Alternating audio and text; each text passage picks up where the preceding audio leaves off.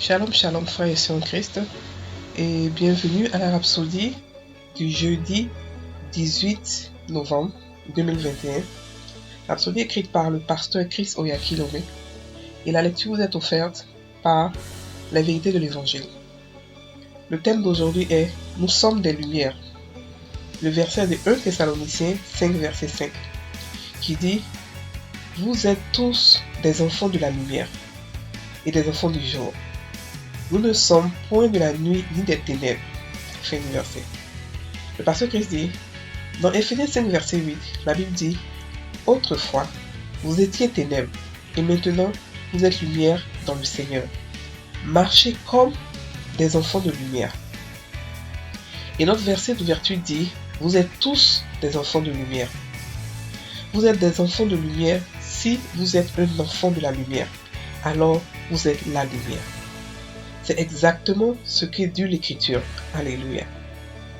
Le Seigneur Jésus, en parlant aux Juifs, a dit, « Pendant que vous avez la lumière, croyez en la lumière, afin que vous soyez des enfants de lumière. » Jean 12, verset 36. Il leur a dit de croire à la lumière, afin d'être des enfants de lumière. Mais ils n'ont pas cru. Nous avons cru, nous avons reçu la vie éternelle, et nous sommes devenus des enfants de lumière.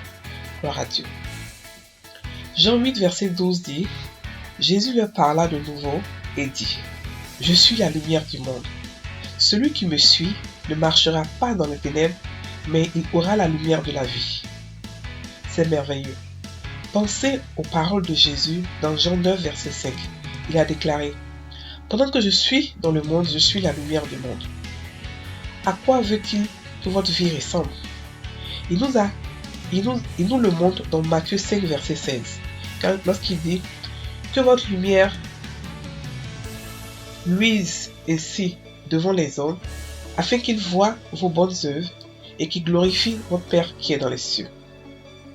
Et Philippiens 2, 15 dit, afin que vous soyez irréprochables et purs, des enfants de Dieu, irrépréhensibles au milieu d'une génération perverse et corrompue, parmi laquelle vous brillez comme des flambeaux dans le monde. Nous brillons comme des lumières dans un monde de ténèbres. Nous avons le cœur de Père. Jean 3, verset 16 dit, « Car Dieu a tant aimé le monde qu'il a donné son Fils unique. » Par conséquent, nous devons aimer les gens avec l'amour du Père. C'est ce que cela veut dire briller comme des lumières dans le monde. Donc Jésus a dit que le monde voit vos bonnes œuvres. Il parlait des œuvres de justice. Faites de votre mieux pour prêcher l'évangile en détournant les hommes des ténèbres à la lumière et de la puissance de Satan à Dieu. C'est la vraie solution à tous les défis humains. L'évangile est la puissance de Dieu pour le salut de tous ceux qui croient. Gloire à Dieu. Fin de la Rhapsodie. Alors le pasteur parle ici aujourd'hui de la lumière. Il explique que nous sommes des lumières et que nous avons accepté la lumière qui est Jésus, et à cause de ça, nous aussi, nous sommes devenus des lumières. Mais nous devons marcher en concordance avec cette lumière-là. Nous devons montrer l'exemple. Nous devons, parce que nous sommes la lumière, nous sommes l'exemple. Nous sommes l'exemple parce que nous sommes ceux-là qui montrent le chemin, ceux-là qui montrent la voie à suivre, ceux-là qui lead ce monde, ceux-là qui protègent ce monde-là. Nous sommes ceux-là qui sont responsables de ce monde. Nous devons montrer l'exemple. Le pasteur a dit comment le faire. Il a dit, la première chose à faire, c'est d'aimer comme le Père aime. De manière inconditionnelle. Comment est-ce que le Père aime? Le Père aime sans chercher à avoir quelque chose en retour. Si vous remarquez l'amour humain se plaît chaque fois lorsqu'il ne reçoit pas ce qu'il a demandé. Ce qui s'attendait. Par exemple, un monsieur a aidé des gens, ou bien il a aidé des gens à trouver du boulot, et le jour où il a des problèmes, il est seul. Donc tu vas voir qu'il va commencer à s'exprimer en disant, j'ai aidé des personnes, au moment où je suis seul, où j'ai des problèmes, personne ne vient vers moi, personne ne m'aide. Tout ce que j'ai aidé, personne n'est là pour m'aider. C'était de l'amour conditionné. Et ça, nous tous on l'a fait, on a tous fait ce genre d'erreur. C'est de l'amour conditionné. L'amour conditionné, ça attend un jour que, le jour où j'aurai besoin de toi, tu seras là. parce que je t'ai donné. Mais c'est pas comme ça que Dieu veut qu'on aime. Parce que Dieu, ceux qui doivent nous aider en retour, c'est Dieu qui choisit pour nous aider. C'est pas nous qui choisissons. Parce que Dieu choisit ceux qui veut bénir pour nous aider. Donc c'est pas nous qui choisissons parce qu'on a aidé quelqu'un, il va aussi nous aider. Non. C'est Dieu. Parce que nous devons aimer comme le Père, de manière inconditionnelle. Nous devons montrer notre amour au monde, quel que soit le comportement de la personne, quel que soit ce qui se passe. L'Église, nous devons aimer. Nous sommes la seule solution de ce monde. Il n'y a pas d'autre solution dans le monde. Tous ces traités de paix qu'ils font ne vont jamais aboutir parce que c'est pas le corps du Christ qui a fait.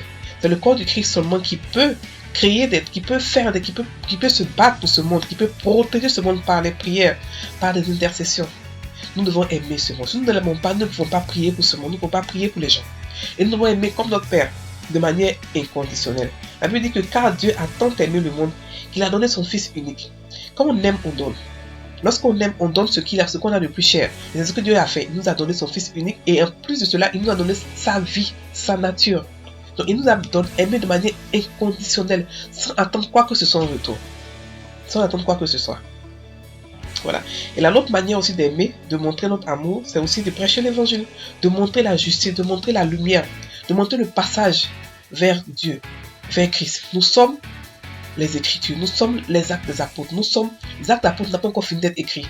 C'est nous qui sommes sur terre qui écrivons ce livre-là encore. Nous devons écrire aussi notre part. Nous devons aussi faire aussi comme Paul, comme Pierre. Nous devons aussi amener les âmes à Dieu. Nous devons prêcher l'évangile.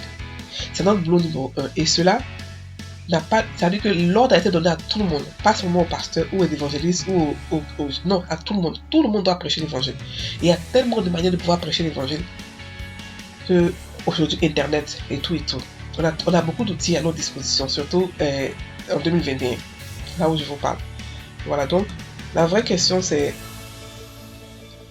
la vraie solution à tous les problèmes, c'est l'évangile. L'évangile est la solution, c'est ça qu'on appelle la bonne nouvelle. Elle est la solution à tous les problèmes du monde, sans exception. Il n'y a pas un problème que l'évangile ne peut pas régler. Il n'y a pas un souci qui est caché devant la parole de Dieu. Ça n'existe pas. Donc la parole de Dieu est la vérité, est la solution à tous les problèmes. Et elle est la solution pour le salut de tous ceux qui croient. Tous ceux qui croient. Voilà, donc nous devons prêcher l'évangile. C'est ça, être la lumière dans ce monde. Il faudrait que notre lumière brille, afin que notre Père soit content et afin que les gens voient la gloire de Dieu, afin que les gens voient l'amour de Dieu. Afin que les gens glorifient notre Père qui est dans les cieux, par notre lumière qui brille, par nos bonnes œuvres, par notre amour, en guérissant les malades. Par exemple, en guérissant les malades, en prêchant l'évangile, en priant pour les gens, en intercédant. Alléluia. Nous allons maintenant faire la confession. Je suis la lumière dans un monde de ténèbres. Et ma lumière brille partout. Je suis entièrement engagé à intercéder pour les âmes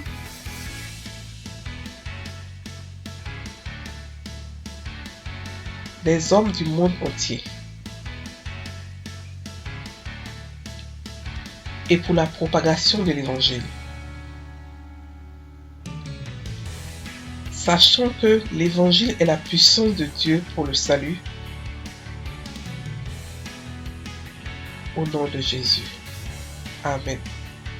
Frères et sœurs en Christ, passez une très bonne journée. Soyez bénis.